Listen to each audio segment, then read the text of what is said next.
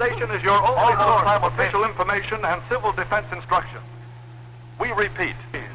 Your attention, please. Your attention, please. Your attention, please.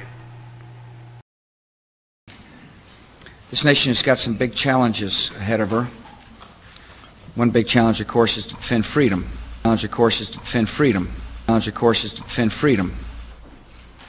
Is to remain united. Is to remain united. Is to remain united. Values that remain united. Of course, is values. Very values that we hold so dear. And another big challenge is to battle drug use. Drugs undermine the health of our citizens. They destroy the souls of our children. Destroy the souls of our children. Destroy the souls of our children. As a human being,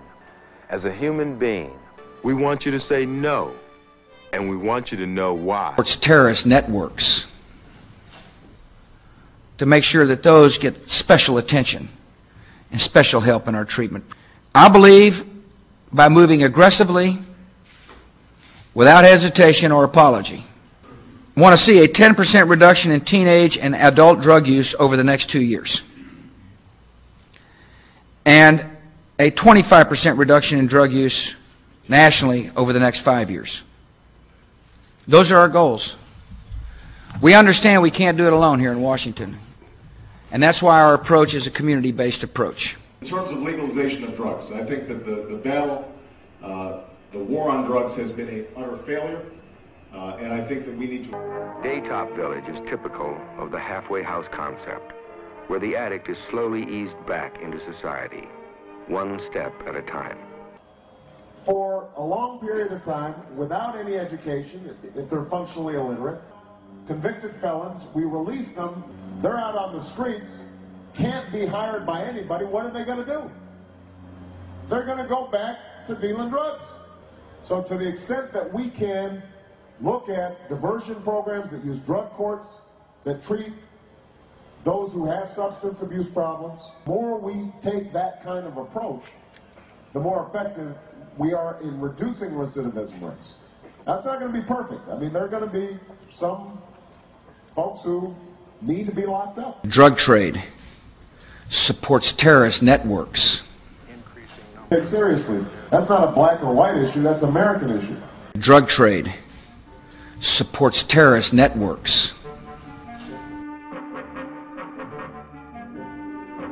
Once the heroin reaches its American distributors, it is blended with milk sugar and is cut at least one more time by the peddler himself. Drug trade supports terrorist networks. Some months ago, we encountered a young fellow entering the United States from Mexico eating an ice cream cone. This contraband is concealed in most ingenious ways in vehicles and on persons. In fact, you can name a place that you feel contraband could be concealed, and I can cite you an instance where we have found it there. Saying no, still it needs to be said. To them makes so much sense, it's almost crazy to mention it. Still it needs to be said. It needs to be said. Still it needs to be said. Saying no and mentioned and repeated until everyone's got the message. All drugs, whether we're talking about alcohol, marijuana, LSD, these are all essentially poisons. It would depend on the amount that you take. I mean, a lesser amount might just speed you up, make you feel really active. Stronger amount or stronger dosage would act as a sedative, make you slow, sluggish, tired. And even more amounts would kill you. You'd have an overdose.